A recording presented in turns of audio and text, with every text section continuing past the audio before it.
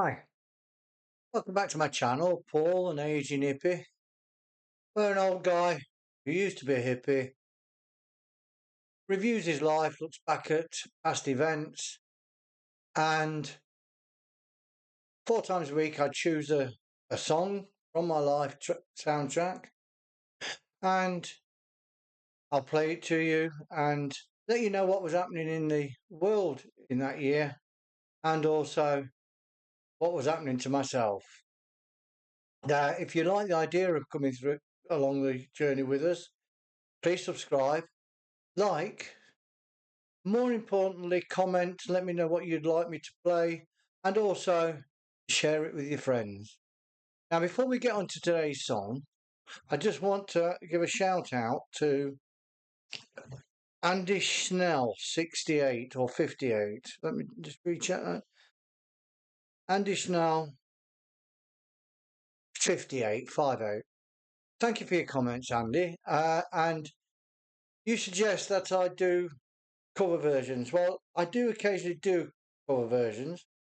They don't particularly do so well, but to bring in new artists, I will consider maybe opening a sister channel sometime in the future where we just look at cover artists and nobody else. So I'm not the brightest spark in the world at the moment. I'm decorating, as you can see, my studio at the moment. You might even be able to hear it because all the wallpaper, all the sound deadenings come off the walls and it sounds just a little bit echoey. So we will get back to that in the future once all this is done. Now, today, going back to 1979, so not too far back today, and I'm going to look at the Electric Light Orchestra. We've already done one from the Electric Light Orchestra and people really enjoyed that.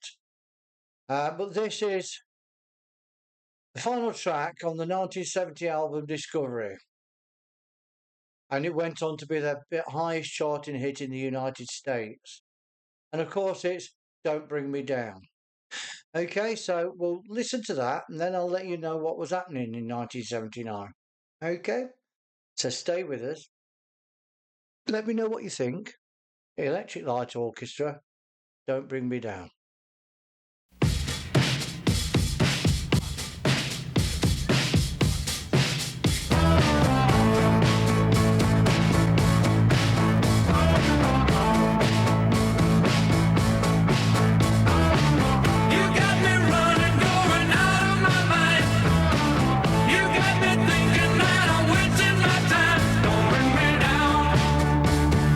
No,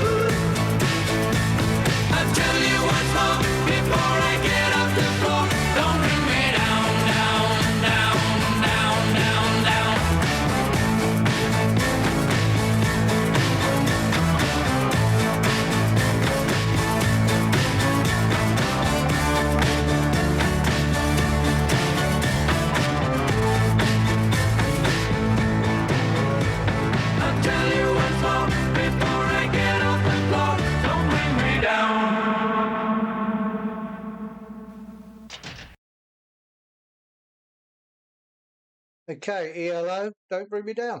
What did you think about it? A terrific track, as most 60s and 70s music was.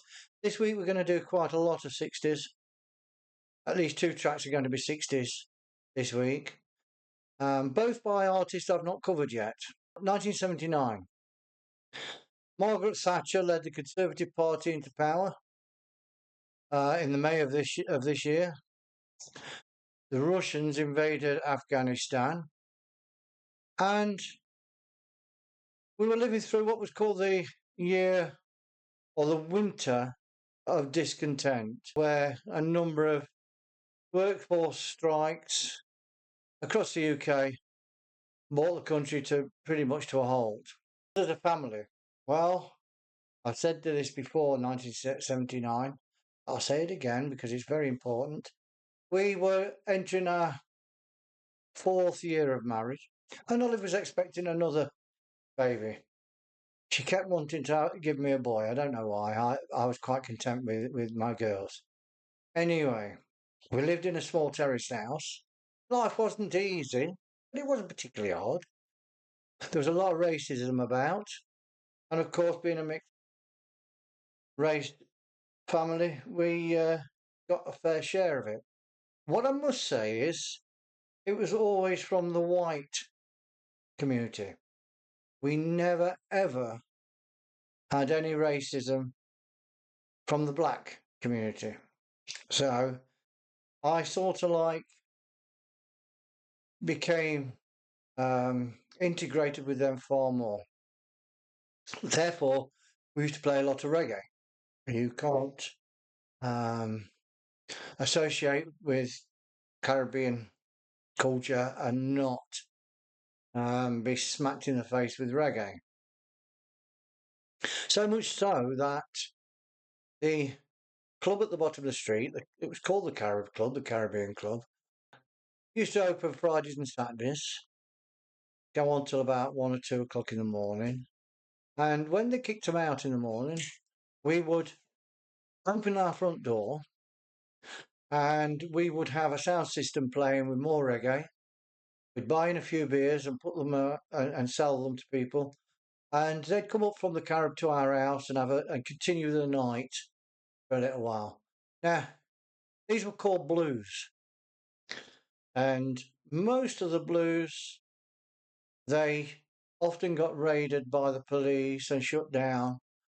But look, fortunately, for what reason I don't know, they seemed to just pass us by and they never bothered with it at all. Maybe it was because we were taking people off the streets who were walking the streets early hours in the morning and therefore taking the risk down for them. I don't know. Okay, so that's 1979. I'll tell you a little bit more about Olive's pregnancy in the near future. It isn't good, and probably a bit more about our fights with racism and certainly my struggle with dealing with it for the first 10 years of our marriage. Okay, so there's an aging hippie saying I love you all, and hopefully I'll catch you very, very soon. You take care now. Bye-bye.